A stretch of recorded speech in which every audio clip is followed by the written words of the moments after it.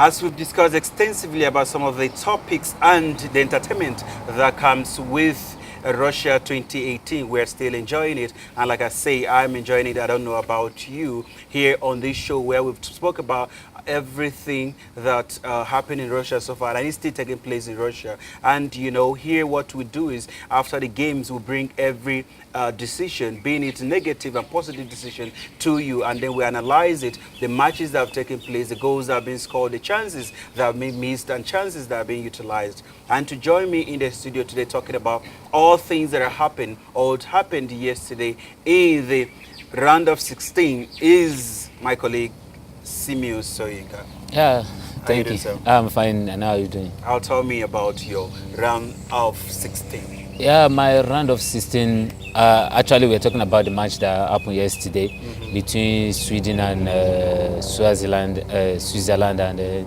England and Colombia. So actually, I believe it actually happens the way we analyze it to be, because I see Sweden more compact than Switzerland. So I would be surprised to see Switzerland win that match.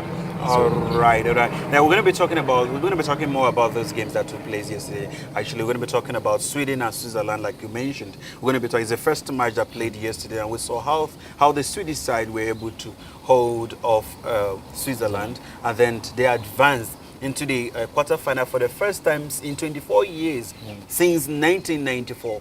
Like, you know, we've said that a lot of times on this show. I don't know how many times I've said it, that a lot of records have been broken in this tournament, and a lot of records have been set in this tournament. So tell me about the Swedish side. We saw the way they played against Mexico, against Germany, and you know, we were like, okay, this is a team. If they continue with the same momentum, they're going to be a team for one to look out for. Yeah. What stood out for you in that game yesterday? Yeah, Sweden, like I said, with their performance against Germany, the way their midfield and their attack proved to be one of the best so far in this tournament, I believe. So that made me recognize them to be one of the contenders to go far in this tournament. So according to yesterday, they played defensively. They are very solid. So in the midfield also, they are well organized also. And when they are attacking, they attack with their strength and their might. So it shows that they are determined. So they have one spirit. They have one goal as a team. So with that, so yeah, and I know we spoke about that a lot of times.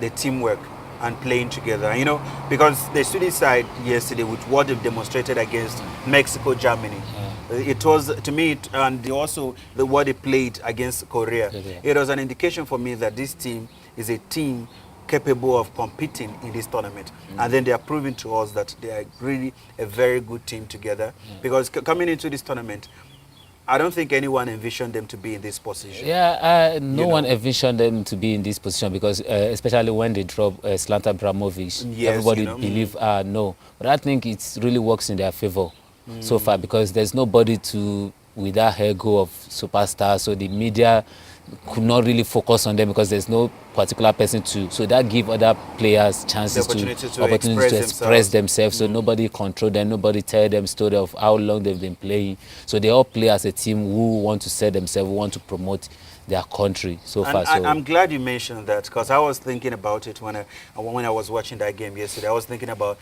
imagine if Ibrahimovic was going to be in that team. Maybe what happened to Argentina was going to happen to them, because they're going to build a team around him as their superstar. So a lot of players will be kind of caged in a way, will not be able to express themselves, because he's there. Everybody will be looking up to him, and every ball will want to be going to him and all that. But now we're seeing a team that is playing together, working together for each other. And yesterday's match, they were very, very, very, very determined to win. Yeah, so I think the determination has been in them from the beginning. So, but we actually saw more of them during the German match. So how determined they are. So, and I think that really should be an application for every other team as well. The determination, the zeal, the hunger for victory, so, and the collectiveness as a team. So that I could see in that Sweden team. Yes, that's true. That's true. Because so many things came through my mind when I was watching that game. Like, okay, imagine a team like Argentina, a team like Portugal, or a team like Germany were able to keep aside their so-called big stars, and then say, okay, let's play together as a team, let's work for each other, and at the end of the day getting result, I'm sure they were going to do very well, because these small teams are showing us that it's not about where you play, it's about how you play and how determined are you to win games. And then they succeeded in doing that, and now they're in the quarterfinal of the World Cup, and that is a good thing. So do you see them going further, as going past the quarterfinal stage? Yeah, I'm not really seeing them going past the quarters final stage, so I'm thinking their hand will be in their next match. Oh wow! Because that game yesterday was a very tough game. It's a game of two teams who have poor records in the World Cup. Them for 24 years, and Switzerland also not being able to win a match in the knockout stages. So it was a match that a lot of people will argue, though, that for these two teams, any result that comes out of it is not that the other team is that spectacular. Yeah. It's just that the team, because of the records that is following the two teams, the team was able to get a result. Nobody will be able to give them that opportunity of going further in the tournament. Yeah, but then do you see them as a team that yesterday, with what you've seen yesterday, were you impressed by their performance? Yeah, I'm so impressed by their performance, like I said. So with their spirit, with their collectiveness, so I'm so impressed. Oh, wow. Yeah, we're going to be talking about the Sweden opponent in the quarterfinal a bit later. But then let's talk about another match that took place yesterday. That is the match between England and Colombia. And I told you here before that I wanted Colombia to win that game. And I was looking at them to win because I see as a team that has been together for a long time. I see them as a team, actually, I'd have that determination to win matches. And yesterday, they're proving that, though I have my reservations about the officiating of the game. How was that game for you? Yeah, that game for me yesterday, if you remember yesterday, I said the game is going to be drawn in 90 minutes. And England is going to lose with penalty. But to my surprise yesterday, because I can't find any England player so good in playing penalty kick, so that's why I gave it to Colombia yesterday. So I was surprised to see them lose that to penalty yesterday. So I was so surprised, because I don't see the likes of, from the beginning, from the history of England, whenever they go to penalty, they're always out of the tournament without penalty, so they're not so spectacular in playing penalty. So that's one of the reasons I gave it to Colombia. But yesterday, I swear, I myself yesterday, after watching the match, during the match, I wish Colombia could progress. So because they play more better, more compact, more zealous, more aggressive than the likes of England. So they showed that they wanted more than they wanted it more to win. But then we're seeing, like in this tournament so far, we've seen in the group stages especially, we spoke extensively about the mistakes of these teams. And then Carlos Sanchez becoming the second player to receive the fastest red card in a World Cup since 1986.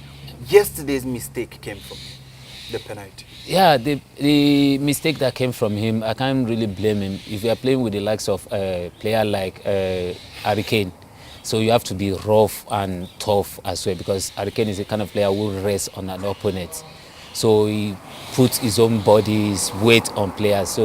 But yesterday we know, so we expect something like that to happen, because if you have to hold, I could have wished the other Sanchez be the one marking Harry Kane rather than Carlos Sanchez, because they both play in the same club. They understand themselves very well.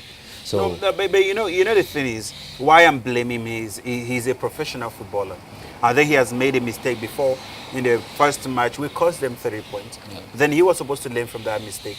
Although yesterday when they started the game, I started blaming the officials, because I could see that every mistake from Colombian side was a yellow card.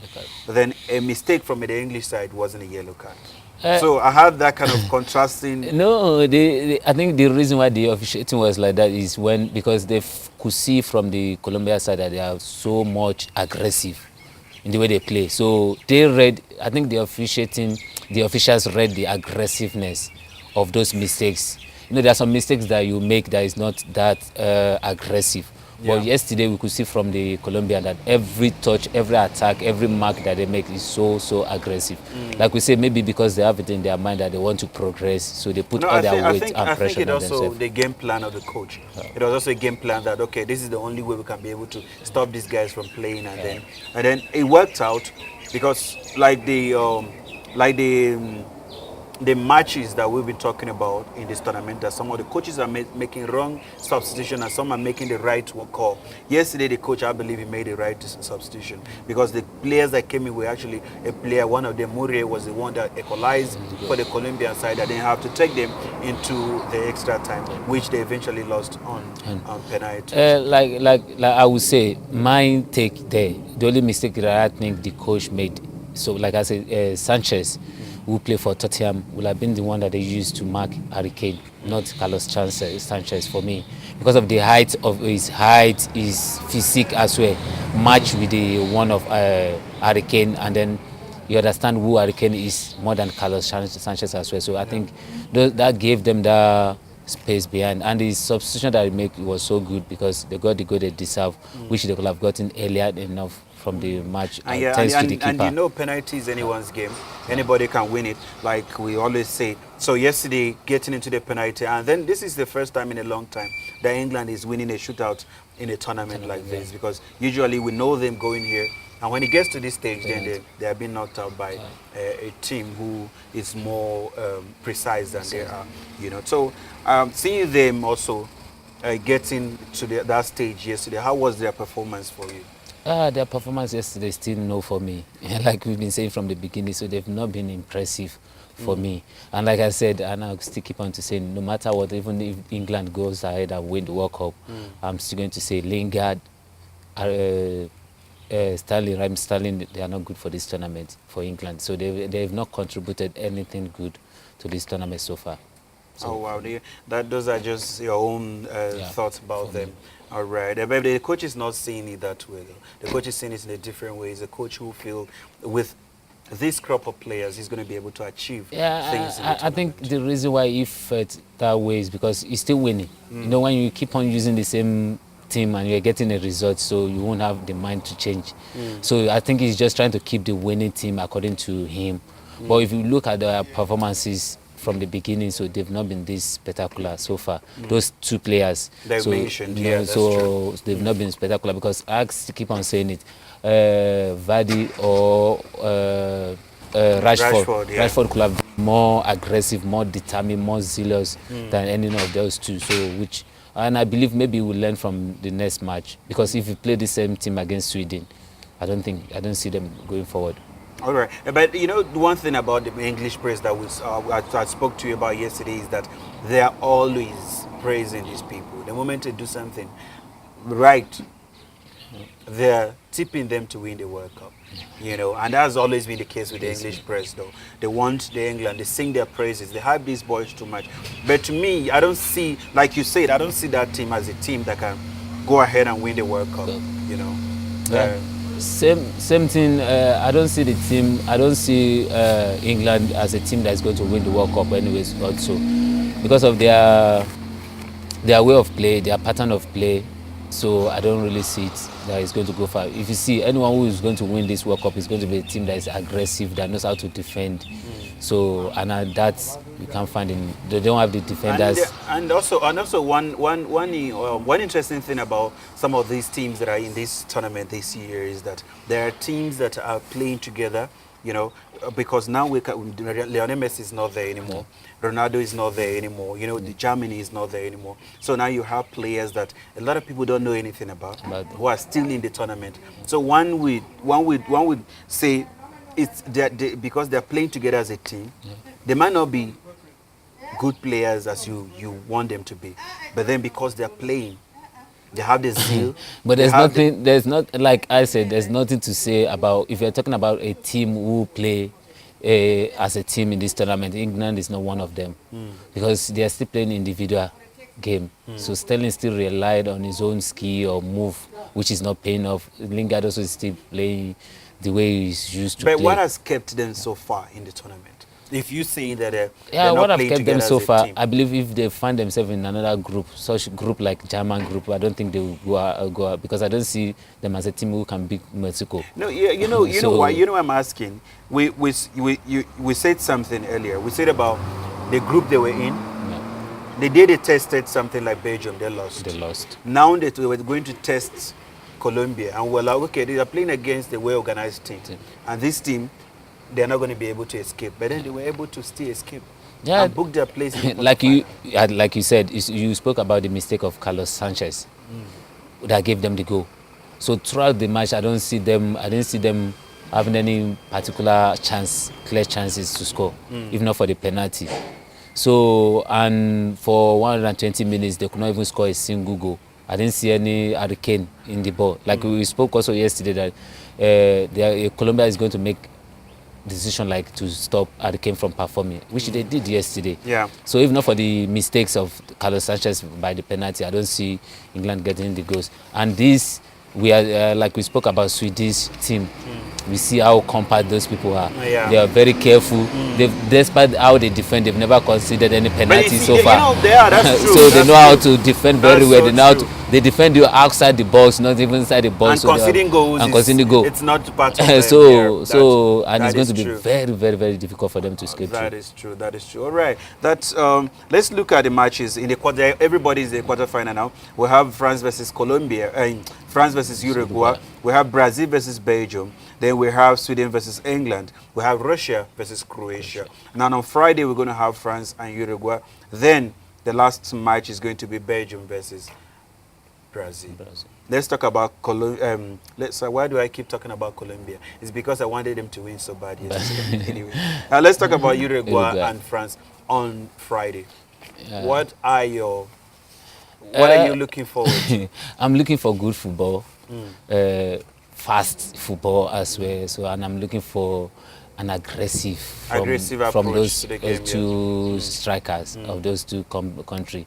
But for me, I still believe Uruguay still have more experience and solid team than France. So France might be so far where they are right now, but it doesn't mean that they. But the way they play against Argentina shows that they can really work together as a team as well. So if they also put in that kind of performance against Uruguay, so we're going to have a tough match. And that is what we've been saying. You know, we've been emphasizing more on that, playing together as a team. You know, because if you can play together as a team, I'm telling you, you can achieve a lot of things together as a team. And then when you achieve a lot of things, the individuals can also achieve a lot. But then some players don't know that. Yeah, because Uruguay team, you know, they are kind of team who sit back. So they are not kind of team like Argentina who want to attack them with their defense. So they don't attack with defense. Uruguay doesn't attack with defense. They believe in their attackers and their midfielders to do the job. So all their four defenders, they stay back to protect. So it's going to be difficult for. So what you're saying is that you don't see France beating the Uruguayan side. I'm not saying they can't beat the Uruguay side, but if they do it, it will only be via penalty. But in 90 minutes, it's going to be difficult for them to break through Uruguay defense. Because, you know, the French side also, they're beginning to believe now that they can go further in the tournament and maybe even win it. You know, they fancy their chances actually because Germany is not there anymore. Spain is not there. Argentina is not there anymore. And now they have only Brazil, which I feel to me is the only team that can be able to stop them. That is, if they would do the right thing. Like we always say, you said about England yesterday. If only they would do the right thing, then they'll be able to win. So I see the French side, they're beginning to gel together as a team. They're beginning to understand each other. You know, though they are conceding goals here and there, but if they are able to if they are able to replicate the same performance, you know, the way they play against Argentina, against Colombia, Uruguay, I think they will stand the chance of being in the semi-final. Yeah, if they replicate the chance, like I said, Argentina is a kind of a team that attack you with all their players when they're attacking. So that gives France open space to operate, to hit them and contact them. So, but which they will not have that chance on Friday against Uruguay. So Uruguay is the kind of team whereby they just want Suarez to just do the whole work there in front. That's why their formation has always been 4-4-2. So, and I don't see them changing it to 3 defenders like Argentina did. So it's still going to be very, very difficult for them to operate. Oh, wow. That is coming from Simeon. He don't see they're going to find it very difficult. He's not saying France will not win, or he's not saying Uruguay is not going to win, but they say only they can be able to do the right thing and the right formation also. The coaches have the big role to play, because sometimes the selection of the coaches matters a lot. The formation matters. If your tactics are not right, trust me, you'll be humiliated like Argentina and Spain against Russia, you know. And in this game, we've seen so far that with the French coach, he is the only coach who came up. I mean, not only the only coach, because Argentina coach did the same thing. He came up, he came out and criticized Pogba for the way he's played. Say he's more concerned about his hair than his performance on the pitch. So to me, a lot of people are calling him to just drop him. Yeah, that's. Why can't you just drop You see, him? I said it. I think 3 days ago about Pogba that he needs to be dropped. Yeah. If France needs to go far, if they have to go far, if they have to beat Uruguay, Pogba needs to be dropped because they don't need a player who will be losing possession in the midfield cheaply to opponent. And if they do that by losing possession via him, and then Uruguay can use that against them, so they're going to punish them. So Yes. player like him needs to be dropped against Uruguay. Yeah, because what you said, yeah, that's true. Because you see, the thing with Pogba is that the pressure on him is too much now. So much is expected of him from the fans, from the teammates, from the coaches himself. I mean, the coach himself. Now, because with the money, the way he started in Juve, the expectation became higher, became much from Manchester United, France. But I don't really think that should be a pressure on him, to be honest. Because currently the pressure should be more on Mbappe. Because if we are talking about the money, so the person who earn more now, the second highest player in the world is Mbappe, not Pogba anymore. No, not just that. You know? And they're supposed to learn from the relationship between Pogba and Mourinho, because he has been a player who has sit most on the bench this year. No, but what I want you to understand is this: I'm not just talking just in terms of money. I'm also talking about the criticism that is coming from people. You know, so when the people are criticizing you too much, you have only one thing psychologically to affect you as a player, because you're also a human being. Then you go on the pitch. The only thing, remember when they won the match, the French fans still boo him. You know, so for him going on to the pitch, he's thinking about what can I do right? What can I do right? And when you are very cautious of what you are going to do right, what you are going to do right and wrong, then you make mistakes in the process. But for Pogba is not thinking. One thing I saw about Pogba is a player who does not want to change how he think. He feel this is the way I play, this is the way I want to play, so he can't change the way you want me to play. So I don't think Pogba has that in his mind, because he has been doing the same thing over and over again, which is not giving him results so far. And from the criticism and then from his statement, he's still the same player who doesn't want to change for anyone.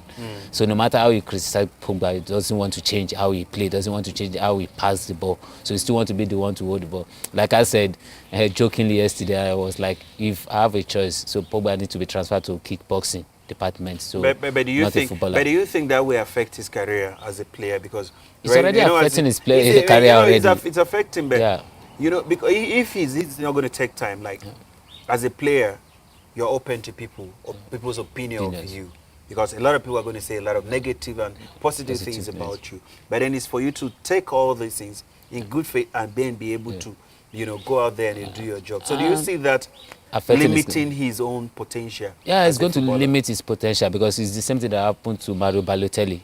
These are great players. These are great players, but they just with talent, but they just don't want to change the way they play.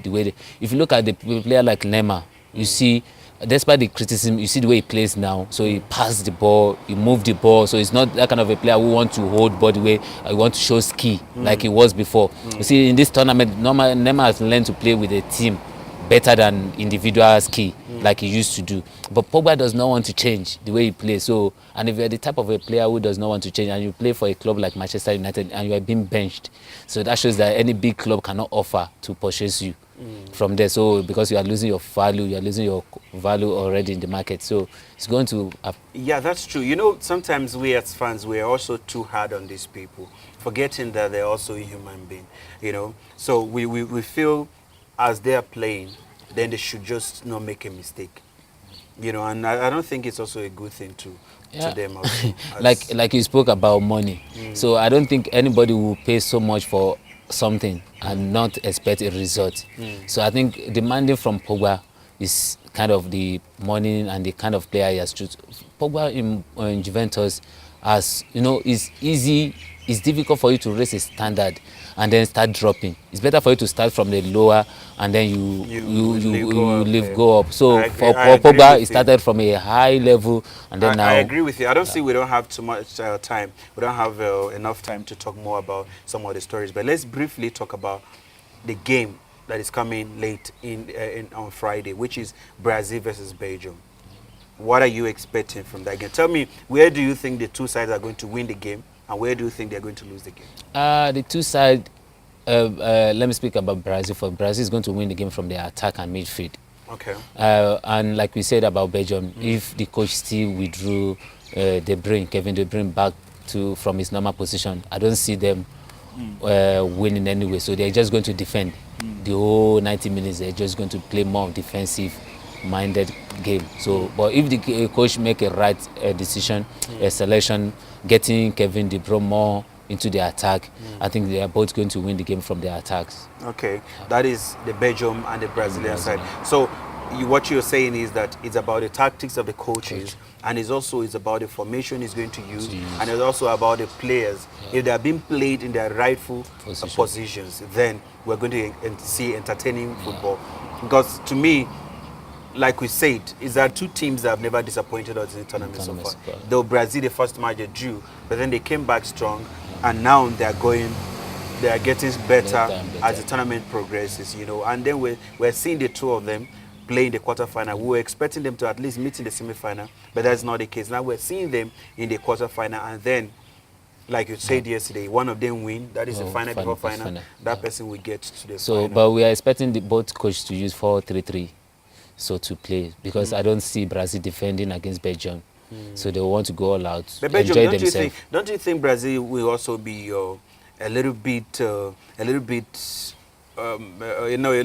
scared of Belgium, because they also have a striker who's scoring a lot of goals? If like I said, if Belgium keep 4-3-3, like Hazard, Lukaku, and Kevin De Bruyne as their attack, it's going to be difficult for Brazil also to overlap to attack 100%, so they're going to defend as well. That's why I said if you use the right formation, the right players in their right, so it's going to be attack versus attack. So because it's going to be 3 against 4, 3 against 4, so it's going to be this side and then that side. So the position is going to be we attack and then they attack back. So for the 90 minutes. All right, thank you so much. Those are the profound words of our in-house expert analyst, Simeon Soyinka. Thank you so once again for coming on the show. Thanks and for then having me. I'm going to see you again on Monday, where we'll be talking more about everything that is happening over the weekend. And to the viewers out there, thank you very much for watching yet another episode of your World Cup Special, as we'll be bringing to you every action that is taking place in the round of 8 in the quarterfinal of the World Cup Russia 2018. We're going to be bringing every controversial decision, every opportunity missed, every opportunity utilized. We're going to be bringing the glamour that comes with the World Cup. And so far, I've been enjoying it. I don't know about you. I've been enjoying every action of it. The teams that we expected to be at this stage of the World Cup are out, which that likes of Germany, Argentina, Portugal, Spain. These teams are home watching from their screens. And now we are bringing in every action here to you. We're going to be talking more about what is going to take place this weekend on Monday. See you again, same time, same station. Do have a wonderful evening.